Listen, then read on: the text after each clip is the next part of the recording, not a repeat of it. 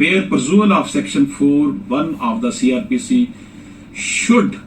have been sufficient to acquaint us with the fact that the investigation only meant collection of evidence and no more।